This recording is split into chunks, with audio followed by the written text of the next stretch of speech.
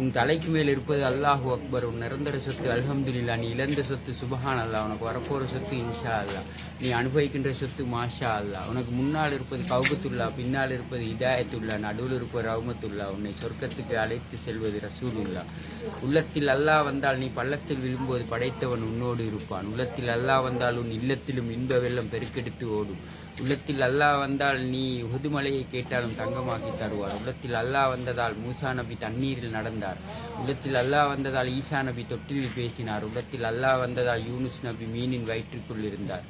உள்ளத்தில் அல்லாஹ் வந்ததால் இப்ராஹிம் நபி நெருப்புக்குள் இருந்தார். உள்ளத்தில் அல்லாஹ் வந்ததால் முகமது நபியை அல்லாஹ் 25 யுத்தத்தில் பாதுகாத்தார். இரக்கமுள்ளவன், பழக்கமுள்ளவன், ஈடிணையற்ற கருணை உள்ளவன், தலைவணங்க தகுதியுள்ளவன், தரணியெங்கும் நிறைந்திருப்பவன், மறக்க முடியாதவன், மறக்க கூடாதவன், மறக்க இரக்கமுள்ளவன், அவன் பேர் தான் அல்லாஹ்.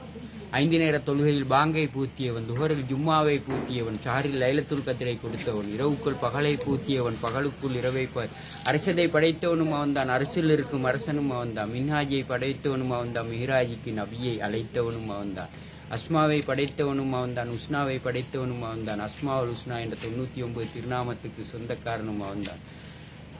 இரக்கமுள்ளவன், பழக்கமுள்ளவன், ஈடிணையற்ற கருணை உள்ளவன். வானம் என்ற விளையாட்டு மைதானத்தில் சூரியனையும் சந்திரனையும் ஓடவிட்டு இரவு பகலை முந்தாமல் பார்த்து கொண்டிருக்கிறான். மன்னர் முகம்மதின் கோட்டைக்குள் வளர்ந்தது ஒரு புலி. மன்னர் முகம்மதின் கோட்டைக்குள் வளர்ந்தது ஒரு புலி. அது வேறு யாருமல்ல, 4வது கலீஃபா அலி. அவரின் வீட்டிலே ஹசன், ஹுசைன் என்ற 2 பஞ்ச வர்ண கிளி. அது பறந்து சென்றது அல்லாவின் ஜன்னத்து வழி. அலி ஒரு சூர புலி. அது பலியெடுத்தது பத்ர் யுத்தத்திலே அபூஜேல் என்ற குள்ள நரி. மன்னர் முகம்மதின் கோட்டைக்குள் வளர்ந்த ஒரு புலி. அது வேறு யாருமல்ல, 4வது கலீஃபா அலி. முக்கியமான சில விடயங்களை உங்களுக்கு நான் அறிய தருகின்றேன். சிலர் சிந்திக்க மாட்டார்கள். அல்லாஹ் படைத்த படைப்புகளை நாங்கள் நோட்ட விட வேண்டிய ஒரு கட்டம் இருக்கின்றது. அப்போதான் அல்லாவை பற்றி உங்களுக்கு விளங்கிக் கொள்ளலாம். நாக்கில்லாமல் ஒரு மிருகத்தை படைத்திருக்கிறான், ஆனால் இன்னும் உங்களுக்கு தெரியாது. நீங்க சிந்திக்கவும் இல்லை. நாக்கால பால் கொடுக்கிற மிருகத்தையும் படைத்திருக்கிறான். சிங்களத்தை சொல்லுவாங்க, திவ நத்தி சத்தா, திவன் கிரிதென சத்தா, திவ பெருலென சத்தா, திவ டெகத்தியன சத்தா. வெள்ளை ரத்தம் உள்ளதே ஒன்று படைத்திருக்கிறான், கரப்பாம்பூச்சி. அதுக்கு எல்லாருக்கும் வெள்ளை சிவப்பு ரத்தம், அது வெள்ளை ரத்தம். ஆனா யாரும் சிந்திக்கிறதில்லை.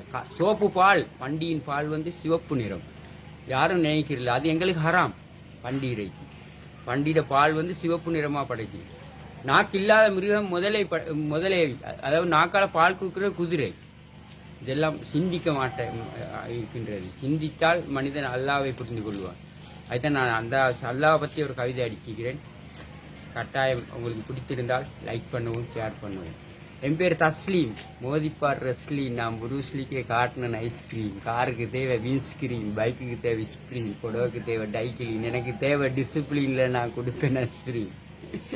உங்களுக்கு தெரியும், எங்களை கிரிக்கெட் டீம் கூட சங்கக்கார. யாருக்கும் சங்கக்காரையை பற்றி தெரியும்.